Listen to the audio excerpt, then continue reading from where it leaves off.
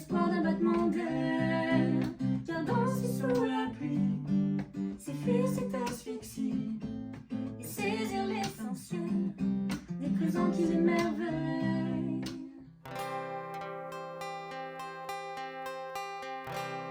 Donc Styline, c'est un projet qui m'appartient. J'ai commencé seule il y a très longtemps.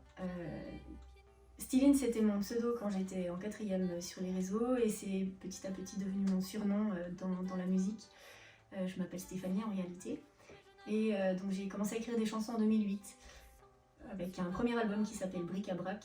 Et donc ensuite j'ai eu des enfants, j'ai arrêté pendant plusieurs années et j'ai été motivée par un ami à réécrire des chansons pendant le confinement. Et c'est là que j'ai sorti mon deuxième album qui s'appelle Second Souffle. Et dernièrement j'ai sorti un autre album qui s'appelle La Semeuse de Graines. Donc j'étais seule à la base et puis j'en avais marre de jouer du piano toute seule. Et donc j'ai cherché des musiciens.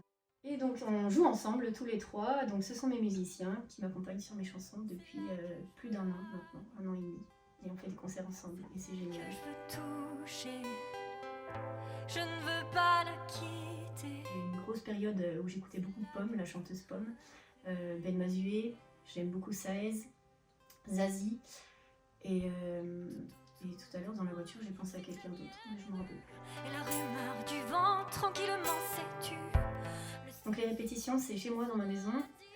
J'ai installé dans mon sous-sol une pièce de musique. Et donc en fait, on fait tout chez moi. Donc c'est très souple, on dépend pas des horaires d'une salle. On fait comme on veut. Et d'ailleurs, on se voit pas tellement souvent. Minimum une fois par mois. Ouais. Et puis quand on a des concerts, on se voit peut-être 2 fois dans le mois, mais jamais plus. À la réalité et remonter pour retrouver. C'est là que je veux aller. En fait, l'avantage de ce style de musique, c'est que les accompagnements peuvent être très simples, ça ne demande pas beaucoup de technique. Donc chacun peut travailler chez soi et puis ça se fait très rapidement.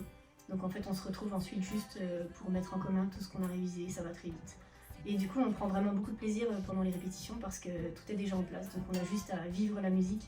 Et moi, à chaque fois, c'est comme une thérapie. Hein, quand vous êtes là, j'en prends plein le cœur. Et puis quand ils repartent, je baigne dedans encore pendant plusieurs heures. C'est génial. Appelé là-haut, mais de la lumière. La gestion du son, je trouve. La gestion du son en répète ou sur un plateau. On nous a appris à faire ça. Je pense qu'avant, on jouait plus individuellement, chacun dans notre coin. Et maintenant, on joue un peu plus en écoutant ses copains. Et ça, c'est bien. On sait maintenant à quel moment, bah tiens, là, ça c'est ton moment. Et même encore maintenant, malgré tout ce qu'on a appris, on a tendance parfois à oublier certaines choses et on se les rappelle. Par exemple, il y a un passage là sur Fuis-moi où la batterie est souvent trop forte et donc je dis baisse. Et là, tout à coup, je me dis ah oui, elle est là et en fait, c'est ça, c'est ce moment-là, c'est ce qu'on aime. Ouais, on a appris vraiment plein de choses. Moi, personnellement, ce qui m'a le plus marqué, c'est le travail autour de la dynamique dans une chanson. C'est ce moment en fait où il y a beaucoup d'intensité et puis tout à coup tout devient calme et on est surpris par un rebond et ça en fait c'était quelque chose que je ne pensais pas assez dans mes chansons quand je les écrivais et on a modifié du coup des chansons qui étaient déjà écrites, on a ralenti, on a ajouté des blancs, on a intensifié des moments et c'est vrai que du coup je suis encore plus... On y vit encore. Ouais, c'est ça. Et j'ai plus de frissons parce qu'il y a toujours des moments dans nos répétitions où on a des frissons et en fait grâce à ce travail sur la dynamique, on a réussi à intensifier ce côté vivant de la musique.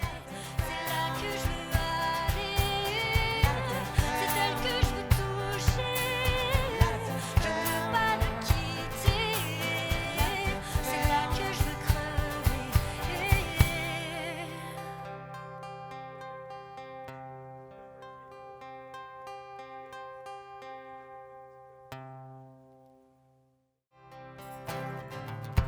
J'écris